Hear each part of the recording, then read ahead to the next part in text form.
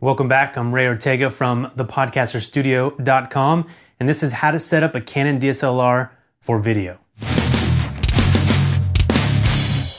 The key here is to get the camera off of auto, where the camera decides your settings, and into manual, where you have total control over the look of your video. This will help to ensure a clean and consistent image.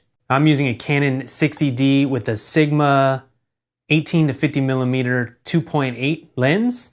These settings will apply pretty much to any DSLR camera since they are all basic video principles.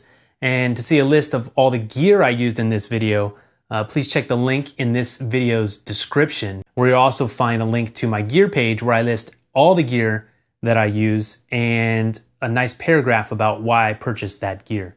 And now we'll set up two things that you'll want to set once and forget about, basically. The frames per second, or FPS, and the shutter speed. Okay, so starting with frames per second, or FPS, we'll choose 24.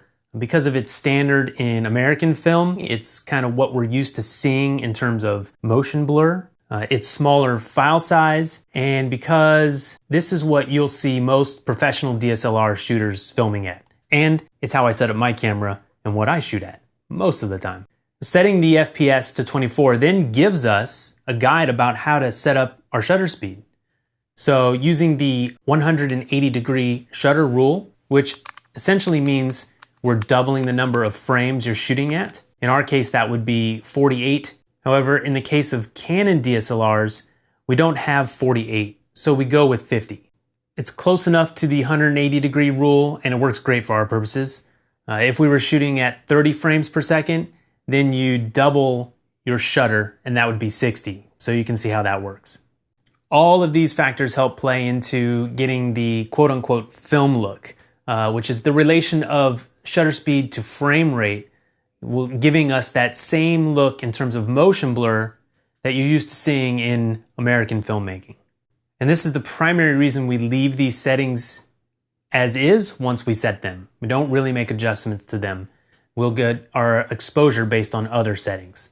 So again, these are just general rules, and of course rules are made to be broken, but in our case, we want to start with our cameras on these settings, and then when you have a reason to change them and you know what you're doing, go ahead and change them the way you need for your video production. But again, this is how I set up my camera to get an image like you're seeing right now. Next, we move on to the two remaining settings that will allow us to control our exposure, so which is how much light gets into the camera. The first of those settings is ISO, and ISO is just a setting that controls the sensor's sensitivity to light. So as you increase this number, the sensor digitally enhances its ability to make the image brighter, and of course this comes at a price, which is digital noise. So that's the graininess you might be seeing in your video, and perhaps one of the reasons you're actually watching this video, because you're getting that grainy look and you want to learn how to set it up better to get a clean, high quality image. So as a result, we want to use the lowest ISO as possible in any given shooting situation. So this too, however, comes with a caveat, right? So for Canon DSLRs, such as the 60D, which have 1/3 increments that you can adjust the ISO, you'll want to use specific ISOs to achieve the cleanest image. And oftentimes you'll hear these referred to as native ISOs.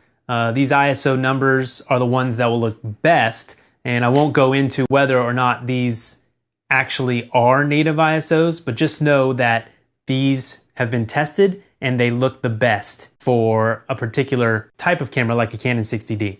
And I'll put a link in this video's description where you can watch the test online, and you'll see that this makes a difference. So set your camera to 160 if you have that option. Otherwise, set it to your lowest ISO setting, likely ISO 100. And from there, you'll increase your ISO as needed, but only as a last resort. So that is after you've maxed out your next setting, which is aperture. And then you go to ISO. Okay, so aperture will also determine the amount of light that gets into your camera. And this is our best control for exposure because it's clean light. That is light that's not digitally enhanced and therefore prone to noise. And that's just coming through the lens, and depending on how wide or how narrow the blades are open inside the lens. So this is not the only thing aperture controls. However, in the context of this video, we'll be setting it as to allow for the best exposure and thus the best looking image possible. But for the purpose of this video, getting a clean image, we'll start by setting our aperture on our lens to its widest setting. So on this lens, that's 2.8. On your lens, it'll be whatever your lowest number is, such as 2.8. Okay? Just depends on the lens you have. And so these are 4 basic settings where you'll want to start to achieve a clean image like the one you're seeing here. And again, these are just general rules, but when used correctly to achieve proper exposure without going too far, say in the case of ISO, you'll get that high quality image that you've come to expect from Canon DSLRs. So a couple quick settings in the menu that you'll also want to set and forget are picture profile, highlight tone priority, and auto lighting optimizer. We'll take our picture profile and set that to neutral or standard, highlight tone priority to off, and the auto lighting optimizer to standard, low, or off. Okay, so but before pressing the record button, you want to make sure you have proper focus and white balance. And so to achieve a good focus, use the digital zoom to punch in to your image and make sure that your primary subject is in sharp focus. And these cameras give us a cool option with this digital zoom to do that. And for white balance, adjust your setting to match your lighting conditions. You know, just as a general beginning rule, daylight or tungsten are going to be the main ones.